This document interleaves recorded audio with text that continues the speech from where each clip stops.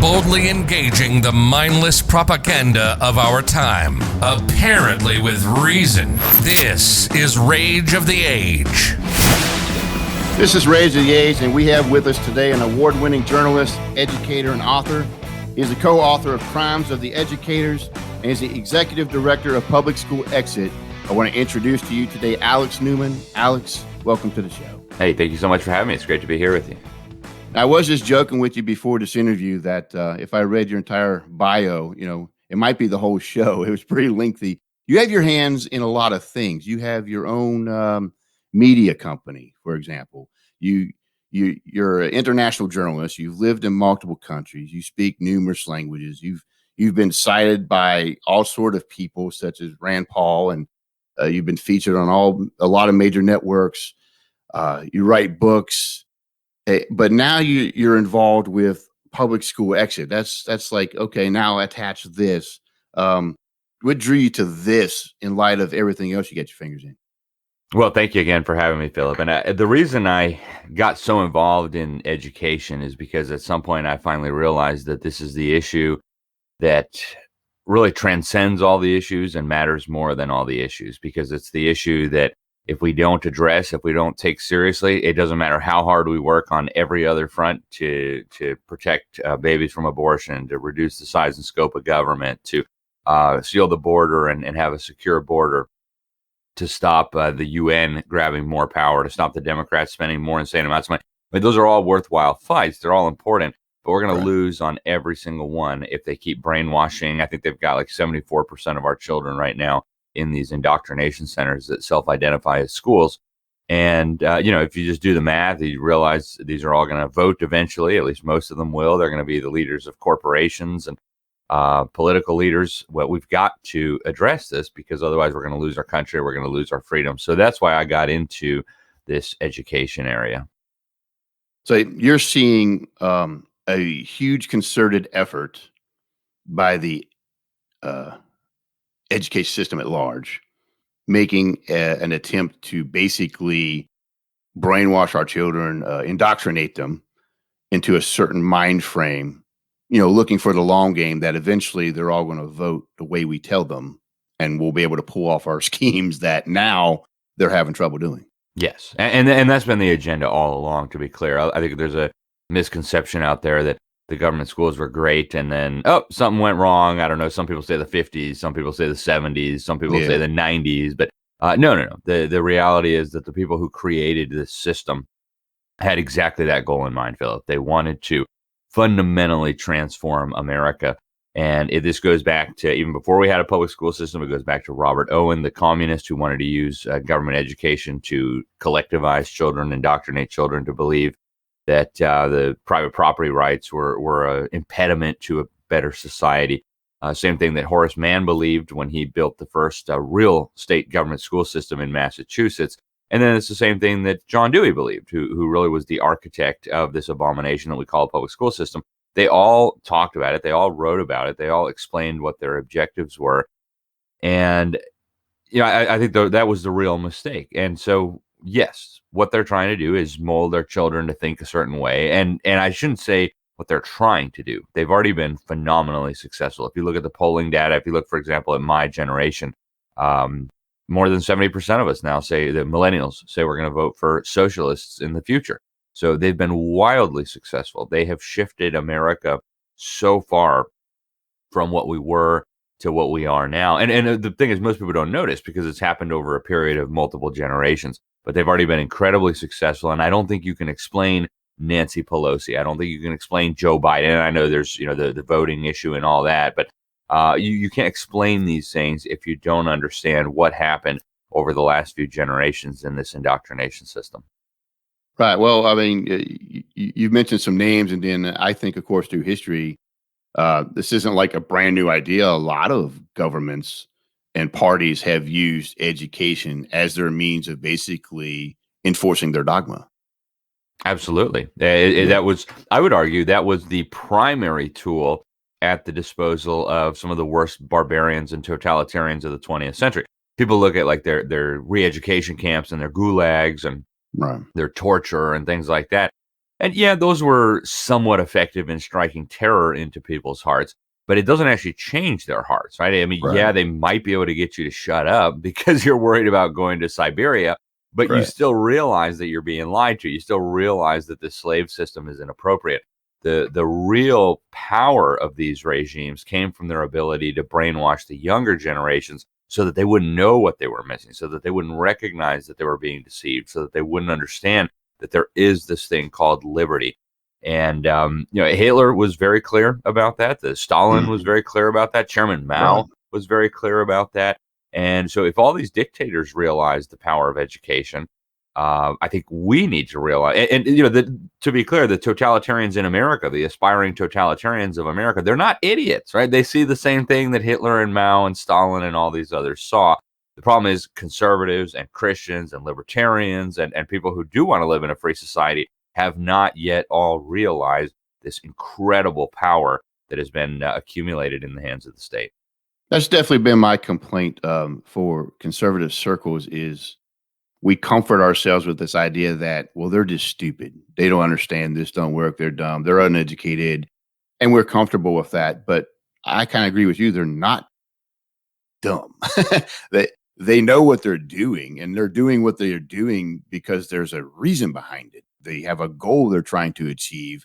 We're watching it happen, and we're just comforting ourselves that they're dumber than we are. And I don't think that's the case at all. Not at all. And that goes hand in hand with the other problem. It's that people don't realize this was deliberate. See, until you realize this was deliberate, until you realize Right. that this was a brilliant strategy, this was a brilliant plan by very evil people, you can't properly address the problem. Because if you think Right. it's just a mistake, we just have to go to the legislature and explain why our ideas are better than those ideas and why the children will be better educated than if we do this and that. And you're missing the point. They don't want well-educated children, right? We know how to educate children. We've been doing it for thousands of years. Thousands of years, yeah. And now we're being told, oh, no, now you have to be an expert. You have to have a credential from a state university and all the rest of it. So once you realize it's deliberate, then you can start addressing the core of the problem. And that is that there's a deliberate plan to dumb down and indoctrinate children. That, I think, really makes everything clear. And I think it also makes the solution clear. Quite a bit of people, to including myself, have already exited the public school system for a variety of reasons. I'm not sure if many of them understand this piece that we're talking about, the dogmatic push that's being done on our children. I think it's more out now, but for a while, I've noticed a trend, and that's just happening anyway. People don't trust the public school system. What other reasons do you think are causing it than just this issue? Because again, I don't think this is well known yet. No, it's a good point. And people have been distrusting public schools more and more for the last few decades. It's a very positive trend. In fact, if you look at the survey data now, it shows that over 7 out of 10 Americans would, if they could, and I put that in air quotes because of course they Right. can, there's no law stopping them from taking their children back. But they say if they could, Yeah. they would. And by could, they mean, well, if we had a little more money, if we had a more affordable option, if we had whatever. So that's an encouraging trend. The overwhelming majority of parents, including liberals and progressives, realize that these schools are not adequate. The problem is they don't realize the urgency. But we are seeing an incredible exodus, and it's been going on for a long time, but this COVID has really accelerated it, and I mean in a massive way. If you look at the polling data, for example, Gallup came out with a poll in the fall of 2020, and what they found was that the number of families with school-age children that had started homeschooling had doubled just in the last year. It went from 5% to 10%. If you look at the enrollment in government school districts across the country, they have plummeted anywhere from, say, 5% to over 15% in some areas like Phoenix, Arizona. So these are really encouraging trends. And also, when I first started telling people to get their children out of public schools, that was when I wrote the book Crimes of the Educators that came out in 2015. That was a really fringe issue. I mean, people were willing to listen to me. Right. Significant people would have me on their show to talk about it, but they'd never say like, "Oh, you're so right, Alex. Everybody should go get their kids out." They'd be like, "Okay, that's interesting." Yeah. It really it was a radical idea. Okay, next interview. Right. But I mean, in the last couple of years now, Philip, we've seen a total transformation of the conversation. We've had the president of the United States, Donald Trump, said repeatedly in his last year of office, "We must protect our children from the failing government schools. We've got to give them an opportunity to do something different. We had Rush Limbaugh, the king of talk radio, something like 18 million listeners a day. Before he passed away, several times he said, look, parents, you got to get your children out of the public schools. They're being destroyed.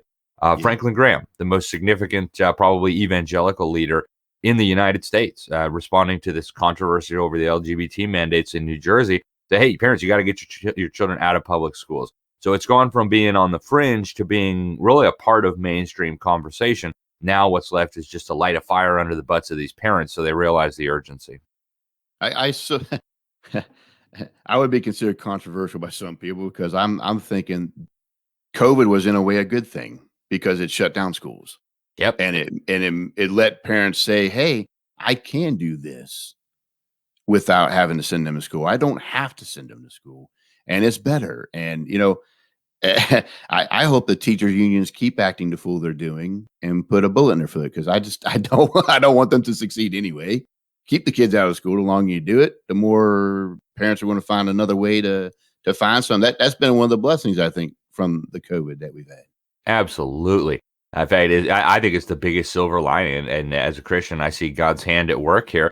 And it is very bizarre to find myself on the same side in any issue as the teachers' unions. They're so evil. They're so terrible. And yet here they are saying, we don't want to go to school. I'm like, yes, please. I know that one time. I agree. It's brilliant. Dig your heels in further, please, guys. This I is know. great. Be stubborn. Go ahead. That's cool. Yep.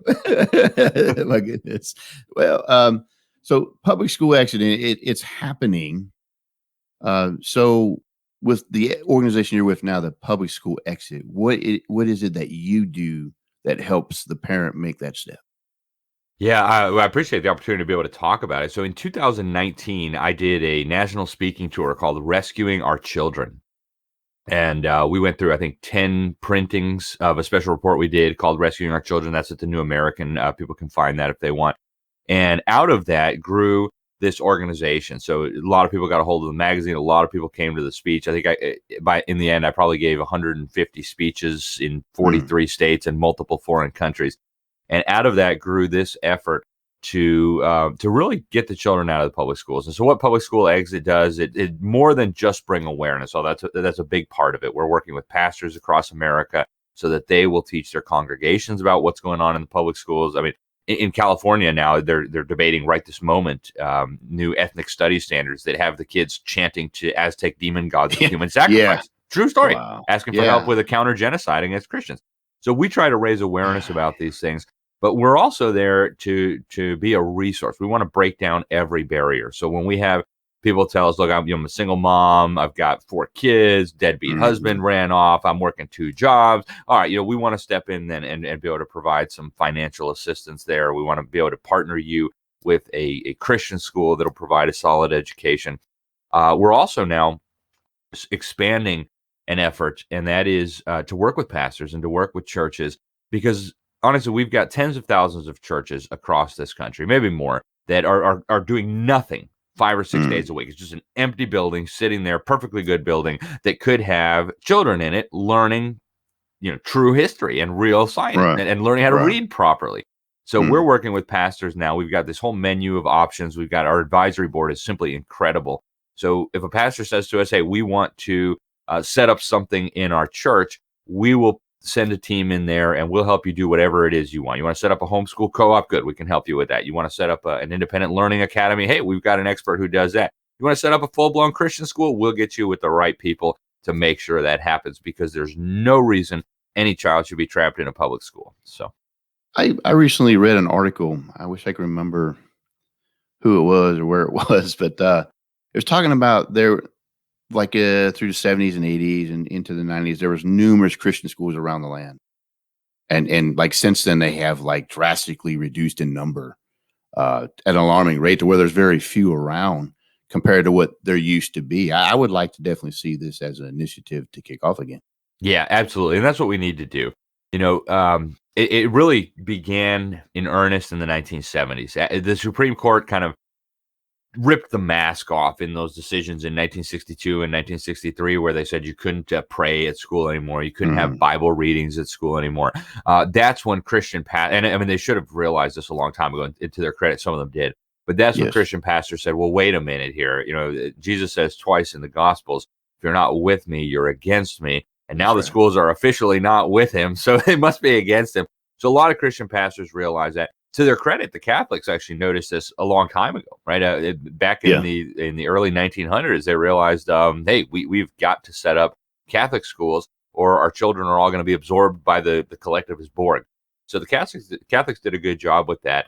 One of the big reasons why I think so many Christian schools have failed, and I know pastors who led Christian schools that eventually shut down as a result of this, is the, in my opinion, very unfortunate expansion of charter schools and other government options that are like slightly better than a normal government indoctrination center. Right. And parents say, well, hey, I could send my kid to a charter school where there's not going to be prayer, is still run by the government, or I could pay $8,000 a year to send him to a Christian school. Okay, I'll send him to a charter school. And what happens is just enough kids get sucked out of the private school to force it to shut down.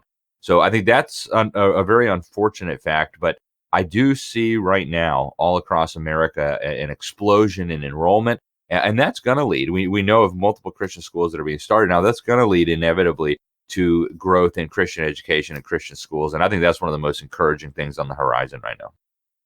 There's something you mentioned a little bit earlier about you've spoken in other countries about this. I would dare say this is an international problem. It's not just here. Absolutely, it is.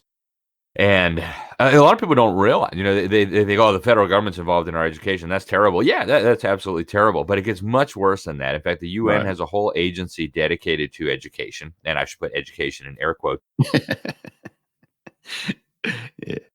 So it's called UNESCO, the UN Educational, Scientific, and Cultural Organization. And it is, it's like as bad news can be. They've got a world core curriculum now that they want taught in every school on the planet, developed by this weirdo, Robert Miller, former Assistant Secretary General of the United Nations.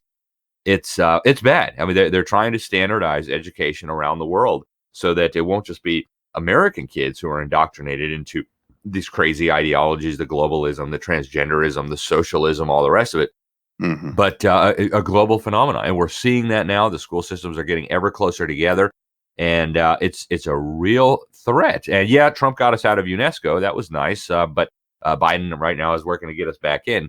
And the effect of UNESCO, even if you do cut out U.S. membership, doesn't end. Right? A lot of state education departments continue to look to UNESCO. A lot of their resources continue to be used in the classroom. A lot of the resources continue to be used in the teacher training programs that are used in American colleges. So it's a very, very dangerous phenomenon, and it's one that I think is not talked about nearly enough.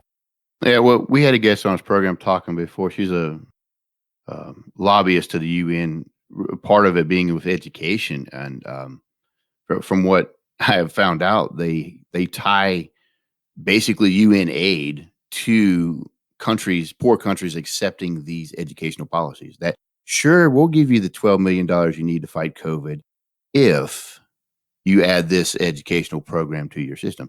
And they basically, blackmail all these countries into accepting it. That's exactly what they do. They've been doing it for a long time. And unfortunately, they've been doing it in partnership with our government. If you go back to the Obama administration, Secretary of Education Arne Duncan was just absolutely full-blown in UNESCO's camp. He'd give speeches at UNESCO. He said they're our global partner where we're globally reforming education. He actually quoted a communist terrorist. He said education is the most powerful weapon you can use to change the world. Exactly. They're dead serious about it. And it kind of, they kind of hit the brakes when Trump was in office, just because Trump withdrew and, spoke out against it. But they never went away. And those influences are still there. And they're now coming right back in like a flood under the Biden administration.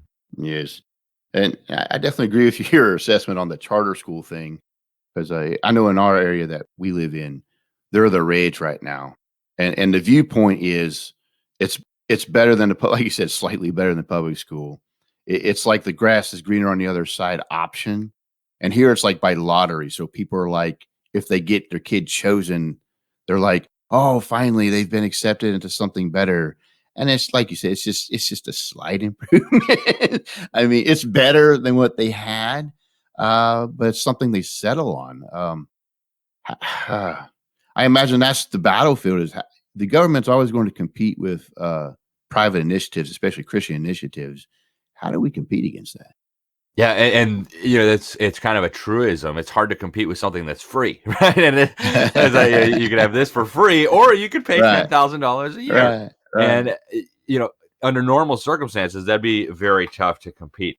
The one thing we have going for us is that the public schools are so bad that at this point, a lot of parents are realizing, like, hey, we are actually destroying our children by sending them there. And so hopefully they'll be willing to consider more options. But I do think the broader threat of government trying to take over and get involved with private education not only remains, but is going to intensify. I was living in Sweden, for example, about 8 years ago when they adopted this new education reform law. And actually, it was just picking up on a previous education reform law. So first they said, hey, we're going to give everybody, they actually use the same marketing slogans that are being used in the United States right now. The money should follow the child. We want to give school choice to parents. It sounds wonderful. There's tons of great conservatives and libertarians in America who support that idea. And at first glance, it sounds amazing. But I watched what happened in Sweden, and it's going to come here if we're not careful. The free money for the parents was like the cheese in the mousetrap. And as soon as the people came and got the cheese, the mousetrap closed, and they said, now all your private schools have to teach the government curriculum. You got to teach first graders that gender is a social construct. You got to ban the Bible, ban prayer. Oh, and by the way, we're banning homeschooling. So now you really have no escape. And I'm worried that that's what's going to happen in America.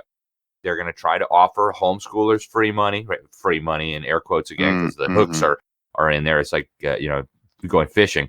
And they're going to start offering private schools free money. They're already doing this in a lot of states. And at first, hey, this is great. We got free money and now we can get our kids a good education. But you got to beware, because that's where the trap is being set. And they're moving quickly in this direction. And they're at this point talking about it openly. They're now having conferences to ban homeschooling. So educational liberty is not going to be safe as long as these educational totalitarians are roaming about and they have $1 trillion of our tax money to mess with every year. You're listening to Rage of the Age. Rage of the Age. Politics, religion, economics, and history with a conservative bend. Yeah, I definitely agree with you that that's not like a new tactic either. The federal government has been doing that for a while. The benevolent, here, take my money, we'll solve your problems. And then behind it, they come with well, since you're taking our money, now you have to, if you don't want to, it's fine. We'll just take back the money. I mean, it's like a drug dealer. The first shot's, the first shot's free. It's on me. Go ahead. And next thing you know, I want more of that stuff. Oh yeah, but it'll cost you. Sure. I mean, that's how they roll. Yeah, it's exactly how they roll. That's what they did to our states. I mean, that's how they got control of our state government. Oh, here, just an extra 10% supplement for your police budget. Oh, by the way, now your cops work for us, right? Wait, I thought they worked for my city council. Oh, no, but we gave you 10%, right? You don't want to lose that 10%. Well, that means you're going to have to fire officers, and your taxpayers aren't going to like that. It's terrible. Yeah, I'm all for, I mean, one of the things I think conservatives should push for is state solvency. To not be so dependent upon the federal government. That's one of the few checks we have left against the federal government. Yeah, absolutely. And I think that's, as much as it's kind of weird to say we need to learn something from the liberals and the Democrats. They did it great in the last 4 years. We're going to be a sanctuary city this and a sanctuary state that. Yeah. Hey, we should be sanctuary states for firearms and for unborn babies and for all kinds of things. Yeah. It's just, but notice where those sanctuary states took place in. It's where they have a stranglehold on the education. Yep. They've mobilized people. They mobilize them with their buzzwords and their pathos triggers. And next thing you know, yeah, we have to do that. And they do exactly what they're told to do. Yep. Without a thought. But we're going to lose that. Even if we gain states, sanctuaries, like you say, we're going to, that's not the problem. Like you're saying, eventually, if they keep a hold of the education, that's going to go away. That's where this is headed. And that's why this is so urgent, right? 74% of children is a lot of children to be in these indoctrination centers. And we know what happens, right? I'm on the advisory board of the Nehemiah Institute. They've been studying this issue for decades now. And what they found, just to give you an example, is that a child from a Christian home with Christian parents, good family that spends 12 years in one of these government indoctrination centers, something like 80 to 90% of them are going to end up leaving their church and leaving the faith. That's what's happening on every front, right? They're radicalizing the children against their parents, against their churches, against the Constitution, against their country. And what comes out at the other end is these wild social justice warriors that couldn't make a logical argument to save their, they couldn't fight their way out of a paper bag. I mean, it's pathetic. A lot of them can't read their high school diploma. And so over the long term, every single one of these battles, like I said at the beginning, every single one of these battles that we care about is going to be lost if we don't address this. Because our ideas have consequences. Mm-hmm. What we allow our children to observe will have a consequence. What you're saying is amazing, though, because they can be raised in that nurturing environment their whole life growing up. But the minute they get to university, and it's gone through high school, culminated at the university. Yep. And then they come out, it's like, who are you? I mean, they've been totally programmed to hate everything they've grown up. Yeah. And then they offer them this alternative. I mean, that's definitely diabolical. Oh, it is. And we see this very clearly. I mean, just go on Facebook and look at your relatives in the neighborhood of, 20 to 25. You'll see, look, they're calling their parents fascists or white supremacists. Like, wait, nobody on the planet loves you more than I do. And you're calling me these crazy names. What did they do to you? They sucked your brain out. In a very real sense, they did. Man, good friends of mine from the Army that I served with who are in that age group. I mean, they haven't told me to my face, but they basically identified me as a fascist. and I'm like, can you explain what that means?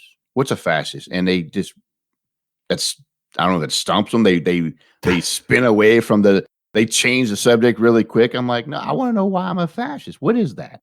And how am I that? And it's like mind blowing. But and the irony is, like, they're the ones who hold fascist opinion. We need to ban speech that I don't like. We need to, have the government take over our healthcare system and our every other type of system. I mean, it is fascism to the core. And to your earlier point, great parents are important, but these parents that think they're going to be able to unbrainwash their kids in a few hours at dinner. You need to look at the number of hours that your children are going to spend in a government school classroom relative to the number of hours that you're going to spend with them. Even if you're a great parent and you're super involved, it's a fraction of how much time the government will have them. Maybe a fourth if you're really, really involved. You'll have a 1/4 as much time as the government has to program those children. And so, I don't like those odds. No. Well, the time thing you mentioned is interesting, too, because we have realized we homeschool and dealing with the schooling mentality, they're wrapped around this whole time that's put into it. They measure how much time the child has, not what they learn. So like everything is about, they have to have this many days. They have to have this many hours in.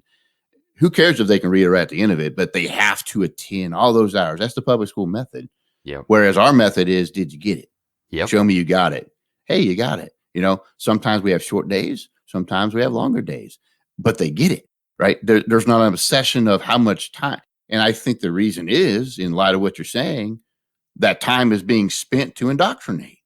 That has nothing to do with education. That's exactly what's happening, Philip. But if you look at the things that they do want the children to get nowadays, it's not the things that normal people think of as education. It's not like, can you read? Can you write? Right. Can you do math? Those things are racist now. They're literally telling us that math and writing and all these things are racist. That's colonialism. Right. I mean, so what they're looking is like, does the child have the right attitudes on homosexuality? Does the child believe the right thing about, border and immigration? Does the child believe the right thing about, transgenderism?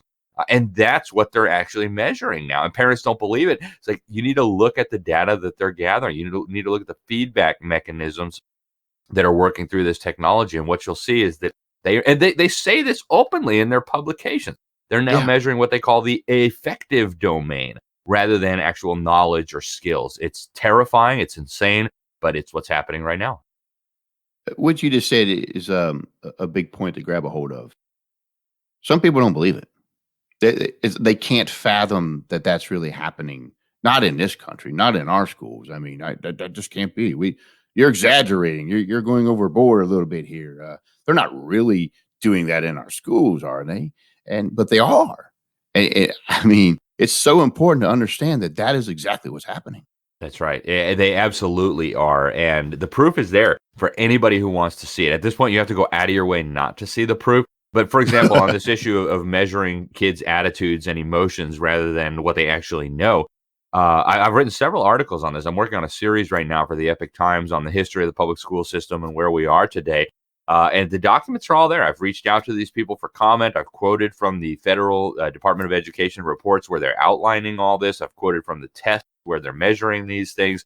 Look up social and emotional learning, which is now all the rage in public schools across America. It is openly a measurement, a way of shifting attitudes and tracking attitudes of the child, like what they believe about marriage, what they believe about their own country. And if you have the wrong attitudes, that's where you get a problem.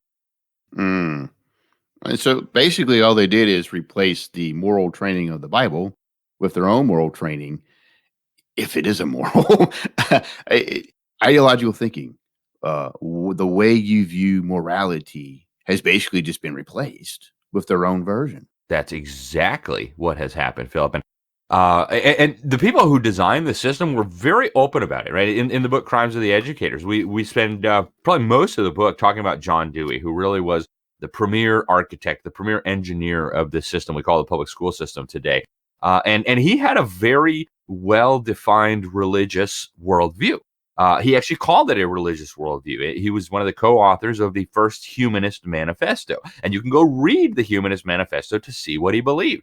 The first tenet is that we believe the universe is self-existing and not created, which is an incredibly profound statement from a religious and political point of view.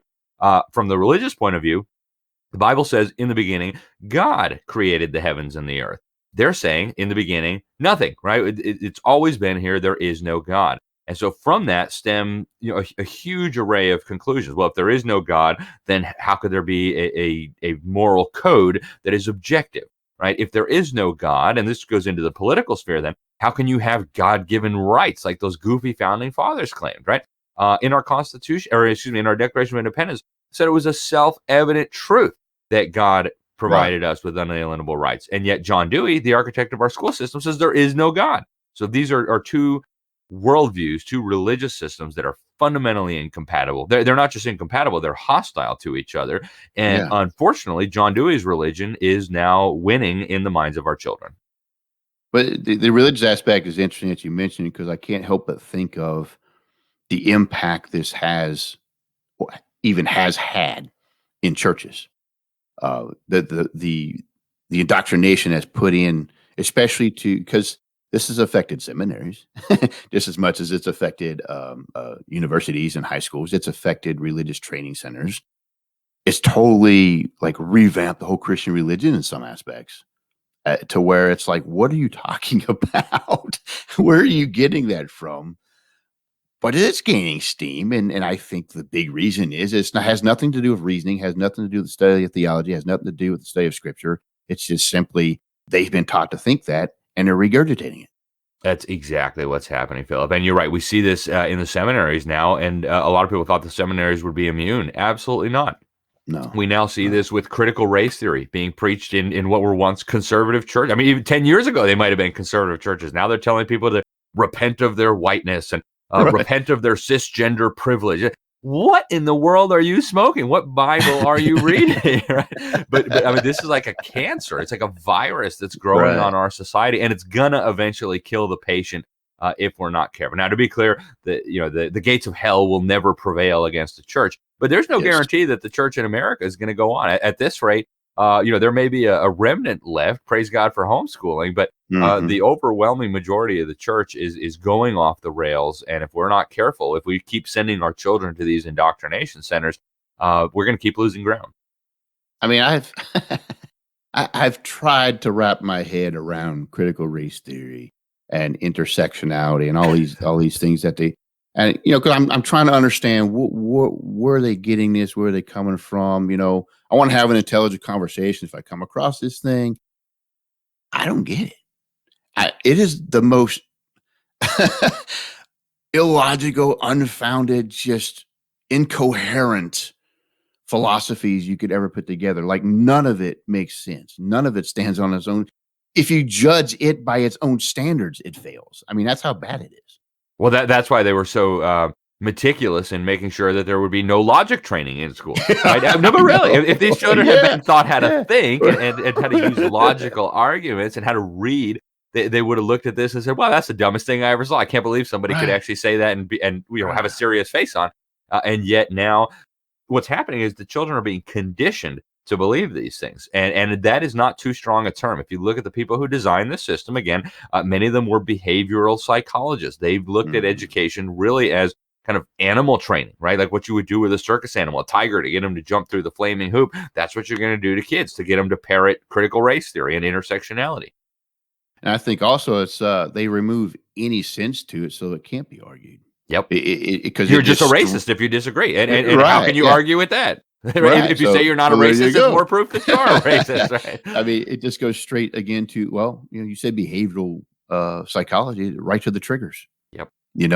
I want to be on the righteous side, the good side, and this is the good side. Why? Because I've been taught for 12 years, this is it, and don't question it. If you question it, you're a racist, right? You might be almost literally Hitler. I mean, that's how serious it is. I can't believe you're such a fascist. I mean, and if you're not white, you're still in danger if you think, because then it's like, well, you've become white-headed or something. You've been, that's what they're telling. You've been gathered up into Uncle whiteness. Toms, and it's just crazy. You're not really black, or you're not really. Sounds like Joe Biden. Well, look at me. I'm not. What am I? I mean, and that's one of those things that has bothered me with last year a lot during the George Floyd riots when they first kicked off. I mean, I got constantly jammed down with statements like, listen to what black people say. And so I would list these black people. So you mean these people? They're black. And they were like, no. Right, they're fake black people. Right, yeah. I'm like, so you don't mean what you say. Don't listen to black people, or only certain black. What qualifies them as black and the official voice of the black people? They just have to have the right political opinion. See, Bodie Balcom is out, Clarence Thomas is out, Thomas Sowell is out. I mean, it's sick what they've done here. But unfortunately, when you haven't been taught to think and you have no historical context, this is what you're trained to believe. It's what the kids are going to end up believing. Well, the annual test that is mandatory to test the progress of children, they don't learn. They're not tested on science or history. Well, and if you look at what they're teaching the kids in science and history, you'll see why they wouldn't want to test. I'll give you an example. The next generation science standards, these were developed by the same lunatics that brought you Common Core. Right. If you actually look through these, you can look 12 years of so-called science education, you will never find the term scientific method. Now, when you and I were growing up, like, that was the heart of science. You use the scientific method. You have to start there. Right. I mean, but if you teach kids the scientific method, they might apply that to the man-made global warming hoax. They might start applying that to biological gender, right? Can we test this hypothesis? Yes. And so then they wouldn't believe the stuff. Well, exactly. I mean, I can't. That's so mind-boggling. I mean, you remove the scientific method from science, you can't even call it science anymore. We just need to call it indoctrination. I mean, it's like the science of old. You have your priests that make up stuff as they go along. That's a great analogy. Throw in a chant and an Aztec chant and a couple text and a hierarchy to obey, and boom, science. And there you go. That's our school system today, to the point where now they literally have the kids chanting to Aztec gods of sacrifice. I saw that article, and I was just like, you gotta be kidding me. And again, the arguments to support it, I'm reading it like, that is absolutely garbage. You cannot defend that. That's absolutely bogus. But people hear it and are like, yeah, that's what we got to do. And I'm thinking, and white people, I'm like, you're the target genius. Do you really want to advocate this? What is wrong with you? Yeah, it's so crazy, Philip. And, as somebody who grew up in Mexico and went to these pyramids where they were sacrificing tens of thousands of people, like, what lunatic in their right mind would want to, resurrect these pagan demon guys? I mean, it's like going to Scandinavia and saying, hey, let's bring back Odin and Thor and let's start sasacrificing children in the streets for help when we go out to sail and capture slaves. Like, oh, wait, what? That's ridiculous. Well, they would take the captives up these pyramids, rip their hearts out while they're still alive, then chop off their arms and legs and eat them. Yeah, and roll them down the pyramid. And there'd just be like a river of blood. Right. And then they pick up the limbs and then they would go process them for food. And that was like the thing. That was like the good stuff to eat then. And the irony, too, is that the Aztecs, the Mayas, and the Incas were all raging imperialists. They would go and subjugate other people groups. Right.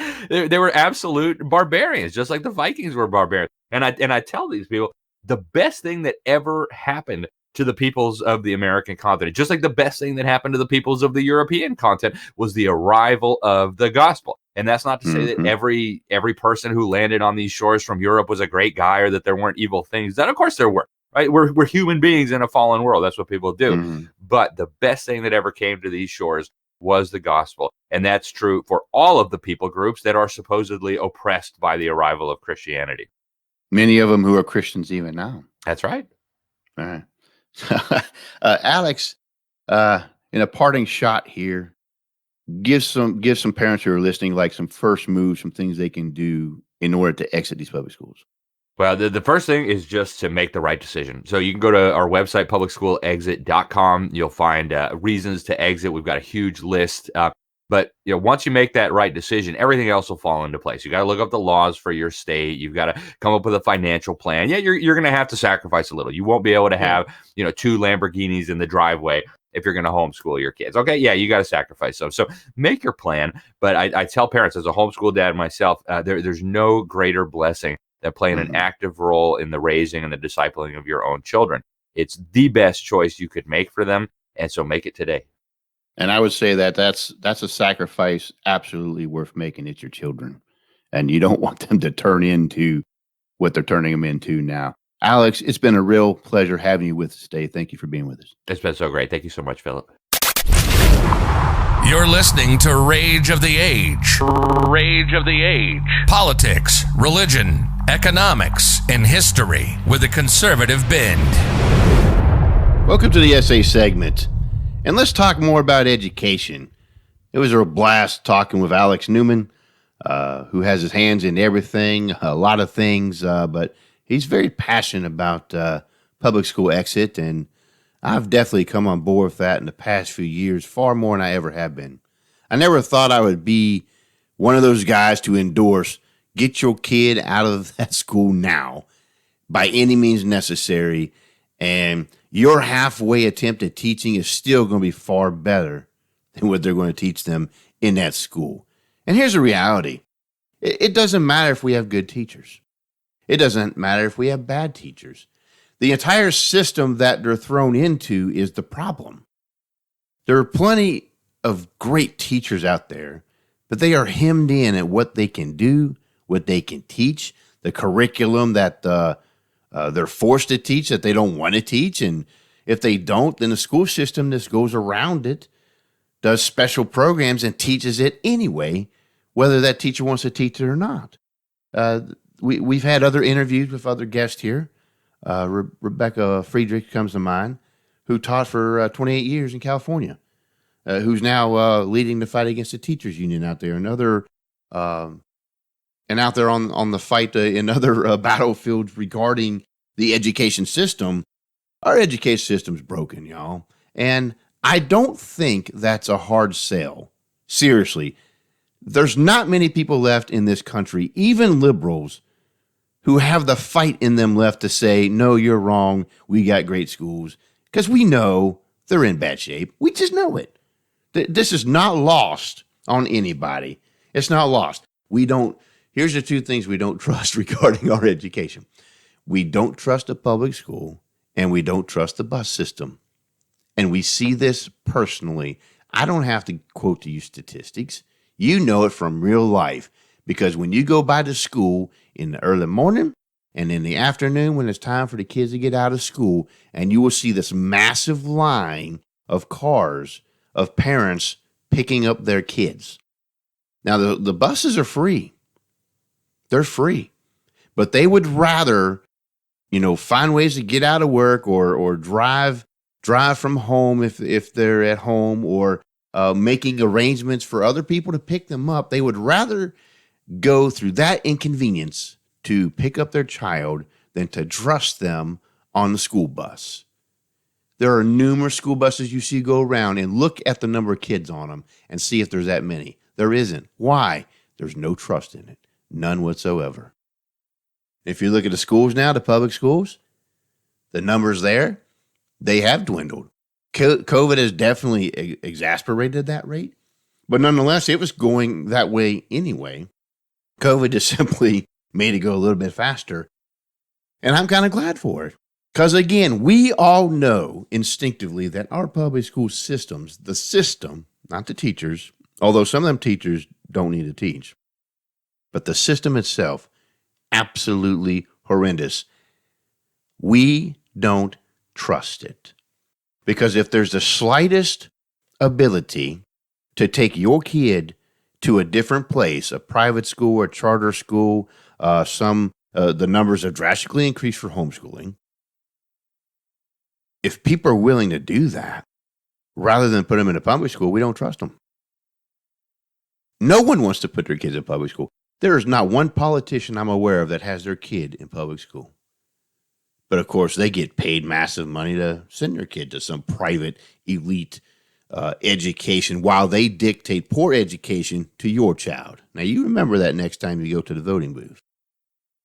I mean, there's been pictures and videos I've seen of people in the teachers' unions who, the ones refusing to let teachers go back to work and to open up the schools in some states where they have a stranglehold, where they are taking their child to the private school while they're denying education to everybody else. Look, we know that even those in the system don't trust the public school system. This is not lost on anybody, seriously. So, if that's the case, why does one particular political party especially, I'll let you take a guess which that one is so adamant to defend this deficit, broken system that even their own constituents don't even trust? It's a very good question. Because it's not used for education. It's used for indoctrination. And that's exactly what it does. But I want to go to these two different paradigms just on the very basis, right? Let's say you're like the very minute number of people out there left that you actually believe in the public education system.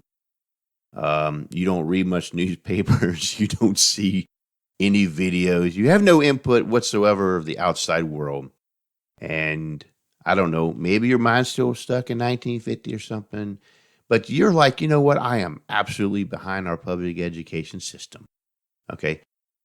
Let's just start there, I suppose. But I want to look at some basic, very basic. If we removed everything from the outside involving the concept of the public education idea, I just want to kind of probe around a little bit and take two different paradigms and compare them and see and actually be honest with yourself. Which one seems more American and which one seems more totalitarian? Most of us already know the answer to this, but let's walk through this for the very few who are left that don't see it yet. Let's go ahead and walk through it. All right, you have these two different paradigms of, well, you can have the government tell you what you're going to learn, or citizens deciding what they are going to learn. These are the two competing paradigms that are at odds here. And I dare say one is based on the concept of liberty and freedom, and the other one is bent upon a concept of domination and totalitarianism. But let's look at these two paradigms to begin with. Let's start with the government tells you what to learn. Now, I had been influenced by this in my life. When I attempted to do homeschooling, I was totally petrified that when the idea came up, me and my wife literally looked at each other when we decided that maybe that's the route we needed to go. And the first thing in our head was the same thing. Are we allowed to do that? Now, I look back at that and I cringe about it, but at the time, I really felt that way. Am I even allowed to do that? That's how dangerous this issue has become. When free citizens ask that question in their head, am I allowed to simply have the opportunity to better the education of my child? And if I choose to do it myself, why would that be wrong? Why do I need the government's permission? But honestly, because we have been indoctrinated for decades to think that has been a roadblock for a lot of people, at least till recently. Are we allowed to to homeschool? Private schools. I mean, even then, it's like, do I want to? And I have seen the animosity, and many people that I am in touch with have seen this animosity where if someone decides to homeschool, the school tries everything it can to intimidate you, frighten you, and even threaten you about taking your kid out of school. Now, that's amazing. That's the kind of power and exertion they're going to exercise regarding your child, not theirs. It's not the state's child. It's your child. But the same thing goes for if you want to put them into a private school, you could easily get that kind of pushback from the public school. They try to make it look like, well, you can, but there's some things you might get in trouble with. They love to hold that little stick out there. And you know why? Because they need your kid for money. They need your kid for federal funding. They don't want to shrink their numbers and thus affect their budget. They don't care about you in the end. Can I say it that way? The system doesn't care about you. You're a cog in the machine. Your child is nothing but a source of money. And your child is the objective in the end anyway for the system at large, because it's the government teaching your child what to think, how to think, forbidding what not to think, thus that they are a more pliable subject and not an actual free citizen in a free society. You have the government telling you what you should learn. I think this is a violation of some basic concepts of the American idea of liberty that we need to rethink and reapply to our lives and to our communities. See, we have this idea of government that's different from the vast majority of the planet's idea of government. That government derives its power from the consent of the governed. The consent, right? That is our whole basis and support for the government. That it has to be by the consent of the governed. To me, that very concept immediately undercuts the paradigm that the government should tell you what to learn. Because if the government tells you what to learn and what to think and what to say and what not to say, it is no longer requiring your consent. It is requiring you to get their consent. And that's the danger. The very idea that government dictates what your subject matters are going to be, what you're going to learn, the curriculum that's being taught, the suppression of curriculum they don't like, that is not the consent of the governed, not by any stretch of the imagination. This type of schooling, as was mentioned in the interview, is what's employed by communist nations and fascist nations, because really they're the same. It's just a matter of one's international scope, but they're basically the same type of system. You're not fooling nobody. There's no left or right there. There's just totalitarian, and there's a group in this country that just is fawning in love with that type of system. They're looking for the day when everybody can say, yes, Commissar and grand citizen, and I'm for the people, and all these other rhetorics that they want to see red flags everywhere, and they want people brainwashed to think certain ways. State mandated education has often been a weapon in a political arsenal to teach your kids what to think, what to believe, what to not believe, what to hate, what to love. I mean, one of the most drastic examples of this from history. It's not that long ago. In the killing fields of Cambodia.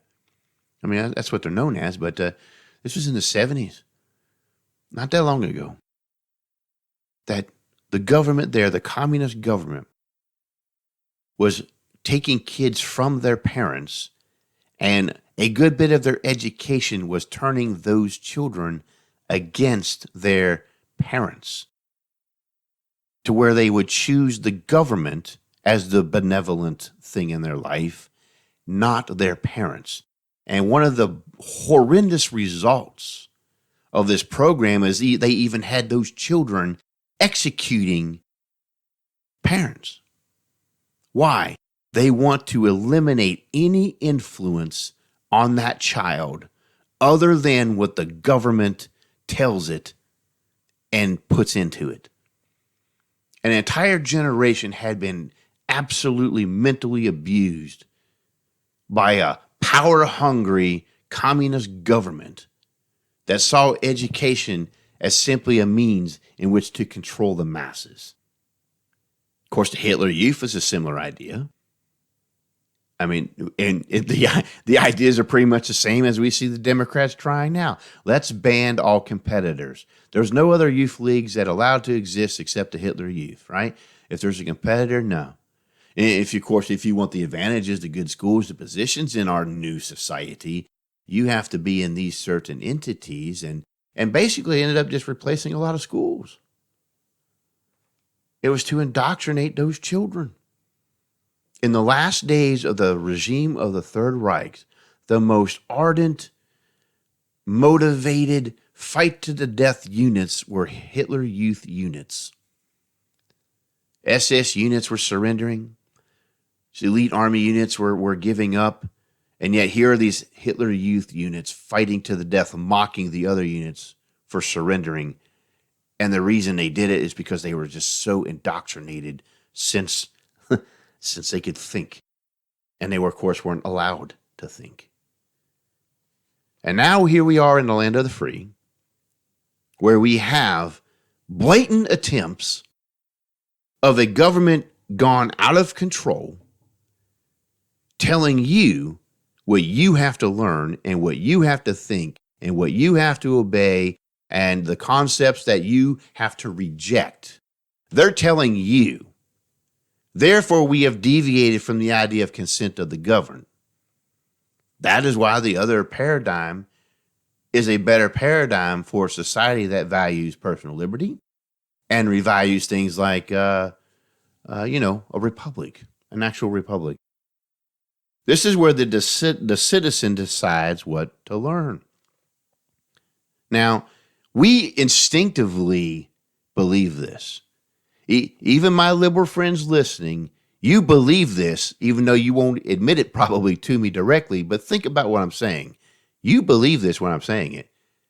You went to college somewhere, and while you were taking all those courses for the degree program that you wanted to get your degree in, I bet you, I'll wager a year's salary on it that you were angry that you had to take a class that you didn't want to take, but you were forced to take it because it was part of the curriculum for the degree program that you had, and you probably thought to yourself, why do I even need that?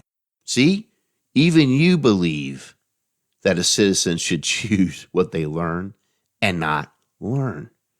But instead, you are hijacked into a system that said, nope, you have to take this, and this, and it has to be this, or we won't give you the diploma. But if there was a school that would offer you the same credentialing to get you into the field that you want to go in, and it was more streamlined to what you actually needed, now that would be an interesting competition, wouldn't it? But of course, when you have government regulations stipulating what you have to learn, not the market, well, you're going to end up having to take things you don't want to have to learn just to have what you went for in the first place. But the idea that citizens can decide for themselves what they learn is pretty solid. For the longest time, this republic worked that way.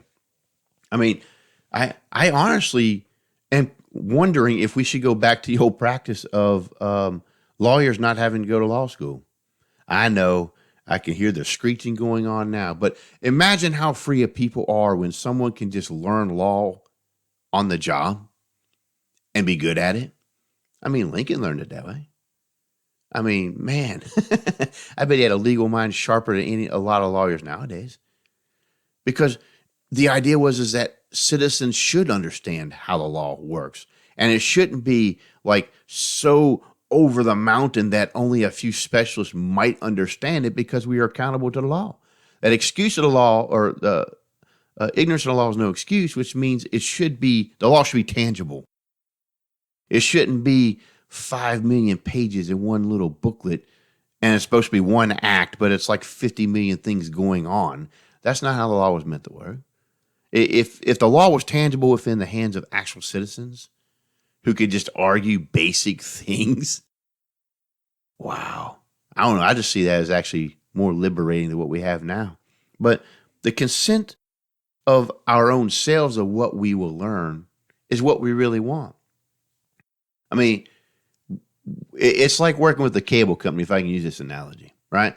The cable company for years has refused to let you choose your channels that you wanted to watch. You remember that? And they're still kind of stuck on that, by the way. But we're thinking, why can't we just pick channels a la carte? I only watch these channels. I just want those and pay for those. No, you have to get the package, right? And you have 200 channels and you're never going to watch all of them, but you have to get it. And if you want the internet, you have to get the phone with it because of that stupid lie. But anyway, you see what I'm saying? They make you get things you don't want, but you only want what you want to pay for.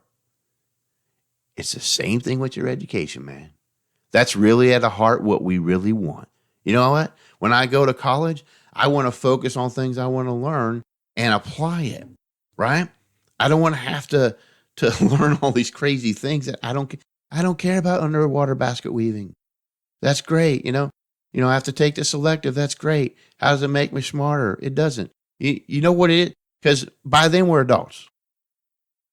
We're going to be interested in what we're interested in. And when we are interested in something, we will study it more on our own. Most of us, if we think straight, are self-taught on a lot of things. Why? Because our interest is in it, and therefore we will apply that interest to the topic. But instead, here comes a government saying, nope, you have to learn this, you have to like this, you have to study this. I don't want to, doesn't matter. And what gives them the right to decide? Did they have our consent for that? No, absolutely not. See, if citizens decide what they learn, they also get to decide what kind of government they have. They get to tell the government what they do about the education. They get to tell the government what they're going to learn and teach their children. And that it is our prerogative to do it, not the government's. Therefore, consent of the governed is far more applicable and likely to happen with citizens who are deciding their own education versus those who don't.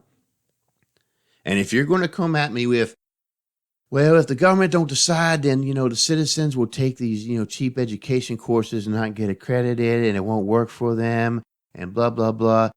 Look, you don't trust state education either. You don't. So don't feed me that garbage. Nobody trusts a public school, right? Most of us don't even trust most of the universities now, right? No, I mean, it's not impressive. And okay, so let's say someone takes a wrong class. It won't be long before that class is no longer open because people won't take it no more. If it's of no good, if it's no use to them, they won't take it. We are a very practical people in this nation. And if something is not necessary, we don't want to waste the time having to pay for it to take it. But who makes that necessary? Our government, usually against our consent. Because there's a few elites left who want it that way, usually professors in these fields that nobody would take if they didn't have to. Schools and colleges like these ideas because you're forced to have to buy their product in order to get some kind of credentialing. when it could be just streamlined. And I use all these examples, a whole wide gambit. But the important things are public schools. We, the people, have a right to decide that, not the government. If we think the government could force us what our children learn, we have ceased to be a free society. You've been listening to Rage of the Age. If you loved today's podcast, make sure to leave a review on the media you're listening through. Secure future episodes by heading over to rageoftheage.com and clicking the RSS feed button. Until next time, this has been Rage of the Age.